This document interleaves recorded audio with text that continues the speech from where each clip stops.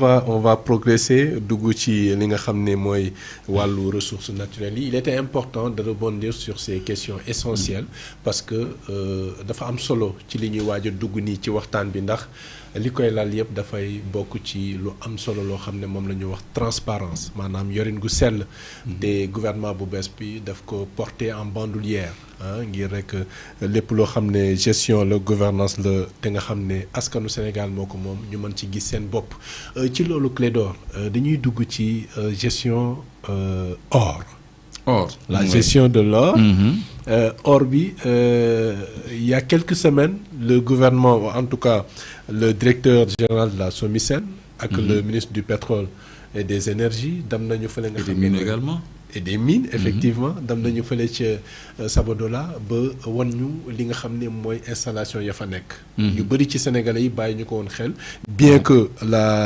l'inauguration avait été faite par le président Macky Sall l'ancien président de la République avec des images qui n'étaient pas suffisamment partagées comme cela a été le cas la dernière fois tey or boobu nga xam ne ñu ngi koy exploiter depuis les années 80 tey mu am beaucoup d'ombre beaucoup de nuages sur la gestion tey pardon lan nga ñu mën a njëkk a wax balaa ñuy dugg ci biir débat bi ci biir waxtaan bi concernant la gouvernance de la ressource qui est l'or. waaw c'est dommage il y a quelque chose que j'ai pas amené xam nga oru Sénégal depuis les années 80 comme tu dis dañ ko gérer de façon nébuleuse c'est-à-dire dañ ko def affaire u élite nit ñi daaw ñu ko lijjanti parce que or daanaka dañu jàppoon sax ni amu fi dañu jàngaloon ni Sénégal gerte la am ak phosphate donc le Sénégal est un producteur d'arachide et de phosphate loolu la ñu jàngaloon mais or yàgg nañ ko produire di ko exporter depuis les années 80 gestion ça a toujours manqué de transparence parce que dans les années 80 en 86 je crois 84 86 il y avait la fameuse histoire de ce bateau d'or qui s'appelait le Swift Eagle de 16 tonnes qu'on avait saisi au large de Gorée 18 tonnes plutôt 18 tonnes d'or yu ñu wàccee fii mu seey ak affaire yi donc ça a toujours posé un problème de transparence et de gouvernance aéroport Diass bi ñu koy doog a installé saisir nañ fi 530 kilos d'or bi muy doog a fonctionner parce que y avait une maldonne au sein des corps de contrôle notamment de la douane parce que affaire bu bees la woon ñi doon contrôler piste bi ñoo ci dal c'était 500. bi ñu ko selee bi ñuy defaat levée bi il a manqué 19 kilos ci biir aéroport c'était entre hommes de tenue bu ngeen fàttalikoo am na ay jamono ñu rey benn douanier par balle à Kër Massar là dans sa voiture. Hein? Et moi je pense que enquête boobu waroon nañ ko poursuivre ça a été étouffé parce que kenn enquêté wu ci et moi je suis persuadé que c'était lié à cet incident là parce que ci période yooyu la woon xam nga man je suis l'actualité de nos ressources excusez-moi je suis l'actualité de nos ressources donc j'avais agité le drapeau en ce temps mais kenn def ci attention donc problème mu oru Sénégal mooy il y a une circulaire de Jean-Jacques Nanga ancien directeur général des douanes de 2009 bu doon instaurer un poste de douane à Sabodala 2009 sous Ablaye Wade parce que ça veut dire qu'avant il y en avait pas 2009 su ma yëgoon doon naa indaale circulaire boobu won ko internautes yi yooyu yëpp mu ngi fi su mu fi ñëwaatee dañ ko indi ngeen gis ko c'est une circulaire de Jean-Jacques Nanga qui date de 2009 qui instruisait qu'on installe un poste de douane à Sabodala léegi nag poste de douane boobu c'est un seul douanier mooy def la levée bu ñëwee fii aéroport Yoff boobu c'était pas Diass le chef du bureau des douanes de l'aéroport moom tamit mooy contrôler or bi donc un douanier à Sabodala un douanier au port de Dakar ñaar ñooñu kese ñoo doon contrôler or bi xam nga loolu c'est pas transparent de personne et on a commencé ce dispositif en 2009 seulement léegi man il y a quelques mois j'ai fait une émission sur l'or où j'ai monté des images en 3 dimensions yoo xam ne dafa woon la coupe du sous-sol. di ci joxe information yu bëri. ni nag li ñuy déclarer ak li ñuy exploiter du benn et qu'on doit prendre des mesures conservatoires comme ni ñu ko jëlee ci littoral bi. Littoral bi d'ailleurs les gens continuent de construire hein. Moi je sais pas pourquoi je comprends pas ce pays gars yi ñu ngi tabax sànq rek laa jóge ci littoral bi. Malgré la décision qui a ñu été ngi prise. tabax ñu ngi def ay tabax yu bees fondation ay méga fondation ay fuur loolu yëpp gouvernement war na ko yëg. sur la plage Principe. je sais pas de man de mën naa. Ils sont renseignés. mën naa je sais pas man je comprends pas man tey la lan mercredi. Oui. Mercredi combien. Le 10. Mercredi 10 tey man gis naa ñuy samp ay fondation ay machines foreuses di forer ay pieux fii sur le littoral. Ça veut dire que c'est de gros immeubles qu'on doit construire. C'est de gros immeubles en contrebas nga xam ne balaa ngay atteindre le niveau de la route di nga am au moins 4 étages. doo ko sax gis c'est en ville donc pour revenir sur l'or. Oui. Gestion boobu dafa mës a poser problème parce que contrôle bi ñu ngi ko commencé 2009 ñaari douanier.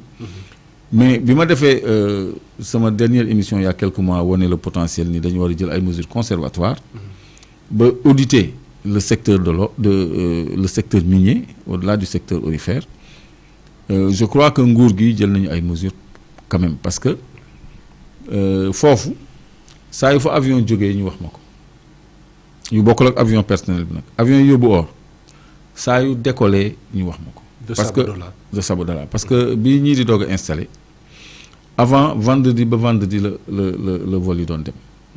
Après ñu def ko ñaari jours par semaine mujj gi ñu def ko 2 jours par semaine mujj gi amatul jour bu ñu amee lu ñu yóbbu rek ñu yóbbu saa yu avion di jóg ñu wax ma ko moo tax ma lancé woon alerte boobu pour ñu arrêter avion yooyu te arrêté nañ ko avion yi jógatul. Mais attends avion yooyu dafa doon dem avec l'accord du gouvernement du Sénégal wala nu mu demee. Mais bien sûr mais il y a d'anciens ministres qui rentrent jusque dans la gold room qui se servent ay anciens ministres des mines du Sénégal donc foofu li fa xew ñëpp xam nañ ko donc nguur gi arrêté na. En tout cas loolu le temps d'y voir plus clair et je crois que c'est une bonne décision. Donc loolu rek mooy sensu suñu ay alerte suñu ay information parce que man décidé wu ma mais ñiy décidé naa leen ni attention il y a quelque chose à voir ici. Ouais. Donc am nañu cette réaction te li ma ci neex ñoom nee nañu ils vont vendre notre or et nos ressources naturelles au plus offrant.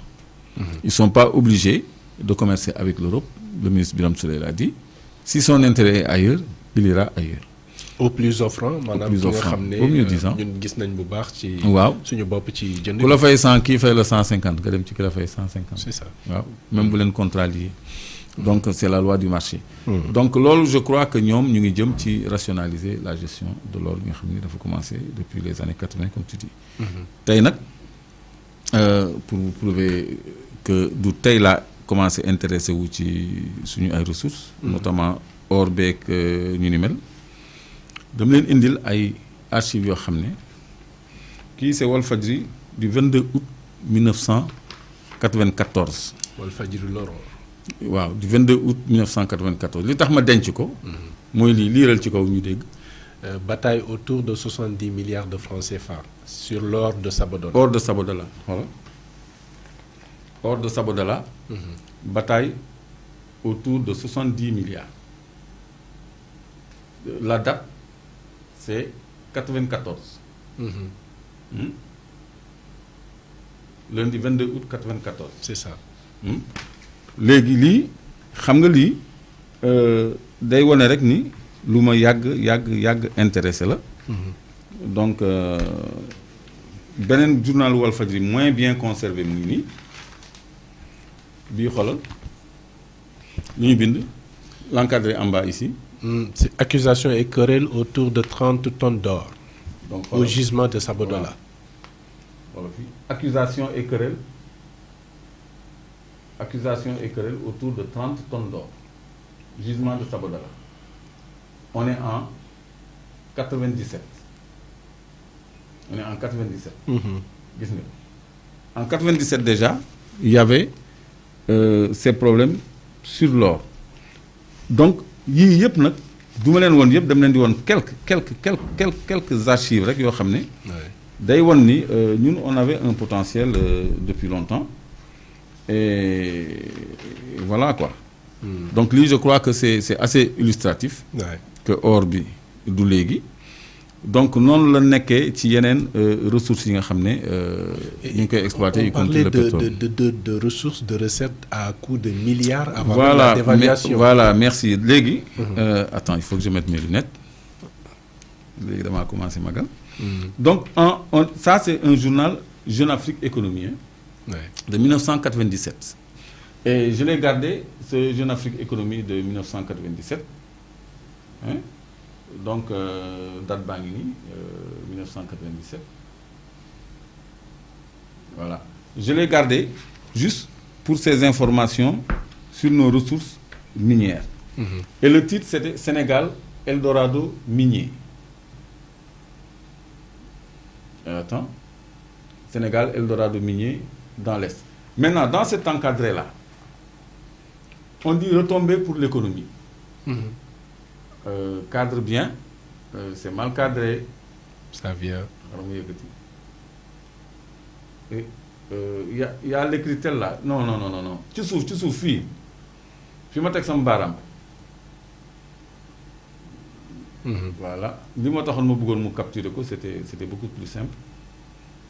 Voilà retombées pour l'économie. Bon je vais lire hein, parce que c'est pas clair ça. Là on nous parle de 3 000 milliards de retombées dans les 10 prochaines années pour l'économie sénégalaise. 3 000 milliards. 3 000 milliards. C'était en 1994. 1997. 97 oui. Voilà maintenant voilà tu l'as am nga ko. 3 000 milliards de recettes d'exportation pour les 10 prochaines années. 3 000 milliards de recettes d'exportation pour les 10 prochaines années. On est en 97. Là maintenant l'ITIE. ITIE hein nee na ñun suñu ressources naturelles yëpp amuñu ci 200 milliards te booba l'or n'était pas exploité de façon si industrielle. Il y avait 2 gisements de phosphate. Maintenant il y en a plus de 6. Il n'y avait pas de zircon, il n'y avait pas de gaz, il n'y avait pas de pétrole, il n'y avait rien de tout ce qu'on vient de découvrir et actuellement il y a plus de 30 licences d'or, de permis d'or qui sont là-bas. On exploite le manganèse, on exploite le lithium, on exploite tout ça et on nous déclare moins qu'en 97 où on avait 3 000 milliards de recettes d'exportation sur les 10 prochaines années, ça veut dire au moins 300 milliards par année. Recettes d'exportation kese retombée fiscale sax ñëwagul li ñu ciy am bu ñu ko exporté maanaam sa or boo ko jaayee li nga ciy am ci xaalis bi mooy 3 000 milliards dans les 10 prochaines années c'est-à-dire au minimum 300 milliards léegi retombées fiscales yi doog a ñëw. Mais évaluation actuelle bi on a fait sur la base de quoi? Sur la base des chiffres que les producteurs eux-mêmes nous donnent parce que ñoom ñoo ñu jox ay chiffres alors que. Donc l'État n'a pas le contrôle. L'État devrait avoir le contrôle parce qu'il y a une direction à la direction des mines qui s'appelle la DECSOM. DECSOM, c'est la direction du contrôle et de surveillance des opérations minières. C'est ce que la DESCOS est sur le foncier. Oui. La DECSOM, c'est la police des mines. Quand ñooñu ils sont interpellés pour être beaucoup plus vigilants sur le contrôle des opérations minières, sur le contrôle et la surveillance des opérations minières. ñoom sax ñoom DCSOM la ñuy wax. DCSOM. waaw DCSOM mais man DECSOM laay wax. DECSOM. waaw DCSOM. Direction du contrôle et de la surveillance des opérations minières. Donc loolu turam rek tënk na liggéeyam. Donc ñooñu def naa bu ñu leen outillé je crois que li ñuy produire ak li ñuy liggéey fii. ñoom danañ ko lijjanti ba mu leer. Mais il faut également ñu motiver leen parce que c'est des milliards qui sont en jeu. te xam nga tubaab intérim jaral na ko mu génne ay milliards teg ci table bi. Tout à fait. Voilà donc koy liggéey loolu. Surtout quand il s'agit de exploitation de ressources naturelles. Ah boo waree génn ay avion di dem toutes les semaines. Ouais. loolu jaral na leen dara parce que yow avion bi yow doo lijjanti sax di ci nekk doo ko xam sax.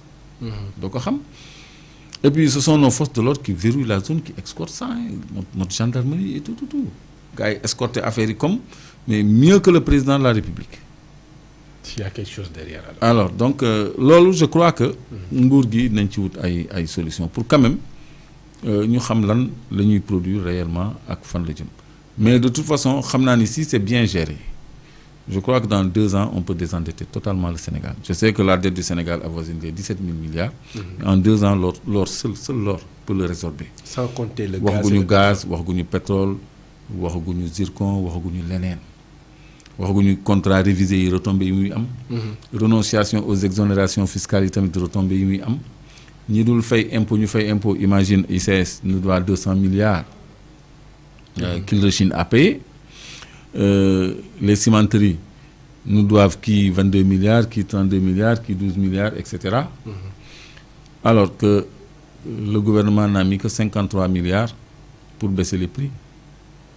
Alors qu'on nous doit 200 milliards, une seule entreprise nous doit 200 milliards. Donc si on collecte tout ça, et y compris les organes de presse qui refusent de payer, là-bas aussi c'est 40 milliards. Donc mën na def dara. Donc il y a beaucoup d'opportunités pour le Sénégal. Mais bonne gouvernance moo ñu sonal. Donc le cheval de bataille du Sénégal devra être la bonne gouvernance, une gestion transparente de nos ressources. Mais pourtant constitution bi loolu xam nga article 25. Oui. Alinéa 1 bi rek la ñuy wax les ressources naturelles appartiennent au peuple. Mais alinéa 2 bi dafa ni ces ressources doivent être gérées dans la plus grande transparence pour l'intérêt des populations. Exigence de transparence boobu c'est dans la Constitution. C'est-à-dire que constitution finalement dañuy jël lu ñu arrangé lu ñu arrangé wul ñu bàyyi ko. Mais attends, il y a un problème là les gens vont savoir que j'ai amené un sac. Léegi on parle de transparence. Léegi xoolal le code minier. Le code minier. Ça c'est le code minier hein. Dama koy caméra bii laa koy jox wala tu peux pas lire le code minier toi. Il est trop proche. Hein? Ça, c'est un document de la direction des mines, du ministère des Mines et de la direction des mines. Le code minier de 98 de 2016, le dernier. 2016, ok. 98, c'est le code pétrolier. Ah, d'accord. Wow. Okay. Léegi da ngay lire article 83, page 47. Page 47 au début. Page 47. On parle de transparence. 83. Oui. Lis l'intitulé de l'article. Confidentialité des documents et renseignements. Pardon? Confidentialité des documents et renseignements. Est-ce qu'on devrait parler de confidentialité ci suñu ressources naturelles? Parce que constitution bi dafa ni les ressources naturelles appartiennent au peuple. Après daf ci teg elles doivent être gérées. Génneel ma article 25 constitution bi s'il te plaît Moustapha nga tegal ma alinéa 2 bi. Ces ressources doivent être gérées dans la plus grande transparence. Oui. Léegi liiral article 83 bi lu mu wax. Les documents et renseignements à caractère géologique, minier, industriel, commercial et de propriété intellectuelle recueillis auprès de titulaires de titres miniers ne peuvent être communiqués au public ou aux tiers. Ne peuvent être communiqués au public ou aux tiers. Loolu rek doy na. Au nom de quoi? Alors ces documents et renseignements ne peuvent être.